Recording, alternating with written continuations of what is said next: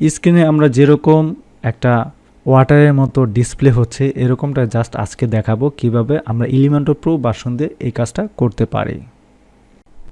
প্রথমে আমরা একটা সেকশন নিব, সেকশন নেওয়ার পর এটাকে আমরা কি করব, সেকশনের লেআউট থেকে আমরা হাইটটাকে ফিট টু স্ক্রিন করে দিব আমরা আমাদের মতো করে। ওকে, তো হাইটটাকে আমরা ফিট টু স্ক্রিন করে দেওয়ার পর আমরা এখানে আসব, জাস্ট এই কলামটার ভিতরে একটা হেডিং নিব। সো এই হেডিংয়ে আমরা আমাদের নাম লিখে দিতে পারি মাসুদ রানা। লিখে দেওয়ার পর এটাকে আমরা সেন্টারে নিয়ে আসব, সেন্টার থেকে এই লেখার কালারটাকে আমরা হোয়াইট করে দেব। ওকে ডান, হোয়াইট করলাম। দেন লেখার টাইপোগ্রাফি থেকে আমরা লেখার সাইজটাকে বিএইচ করে দিয়ে 12 বিএইচ করে দিলাম। 12 বিএইচ অনেক বড় হয়ে যায়, আমরা 10 বিএইচ করে দিই। ওকে ডান, 10। ঠিক আছে, এতটুকু দিয়ে জাস্ট আপডেটে ক্লিক করলাম। এখন আমাদের যে কাজটা করতে হবে, সিম্পলভাবে এই রুবিক্স কিউবে ক্লিক করে অথবা আইকন পেন্সিলে ক্লিক করে ডুপ্লিকেট করলে নিচে চলে আসবে। ডান। এখন এখানে কিন্তু দুইটা আমাদের একটা কলামে দুইটা আইকন আছে, তার মানে হচ্ছে দুইটা হেডিং। ফার্স্ট অফ অল যে হেডিংটা আছে এই হেডিংটাতে আমরা একটা সিম্পল সিএসএস অ্যাপ্লাই করব। তো এর জন্য আমরা ফার্স্ট অফ অল প্রথম হেডিংটাকে সিলেক্ট করার পর অ্যাডভান্সে চলে যাব। অ্যাডভান্স থেকে নিচে গিয়ে জাস্ট কাস্টম সিএসএসে চলে যাব। আর বলে রাখা ভালো, custom CSS available only Elementor pro ভার্সনে।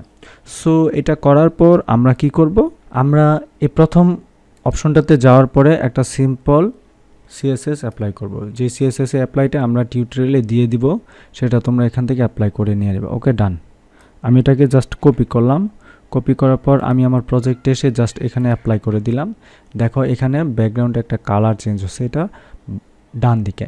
এখন আমাদের এখানে থাকা অবস্থায় আমরা স্টাইলে চলে যাব। স্টাইলে চলে আসার পর টেক্সটের কালারটাতে আমরা ক্লিক করে এটাকে দেখো এই যে এই কালারটা করে দিব, ট্রান্সপারেন্ট করে দিব।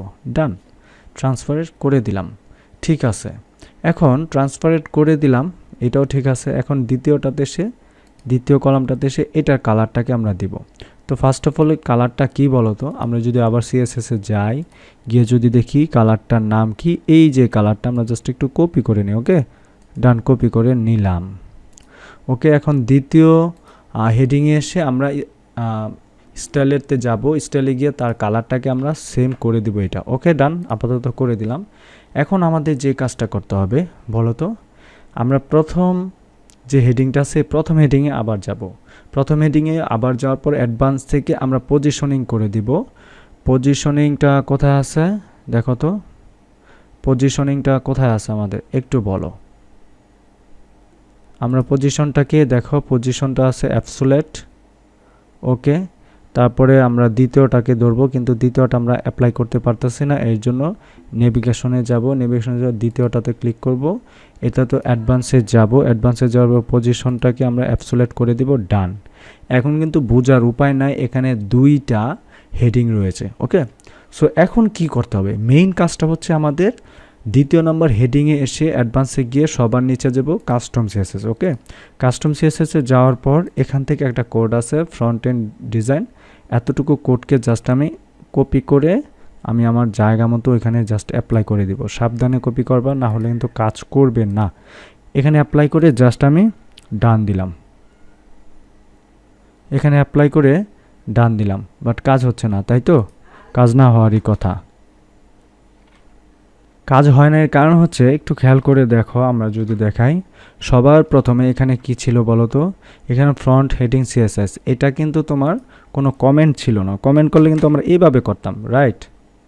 বাট আমাদের কাস্টম সিএসএসে কিন্তু কোনো কমেন্টের জায়গা থাকে না। আমরা কমেন্টটাকে তুলে দিব, আমরা জাস্ট এটাকে আমাদের আগের মতো করে রেখে দিব। ওকে ডান। এখানে আমরা দেখতে পাচ্ছি আমাদের যে হেডিংটা আছে না, এটা কিন্তু দারুণ একটা মুভমেন্ট নিয়ে আমাদের সামনে তারা এখানে আসছে। তো আশা করছি বুঝতে পেরেছো।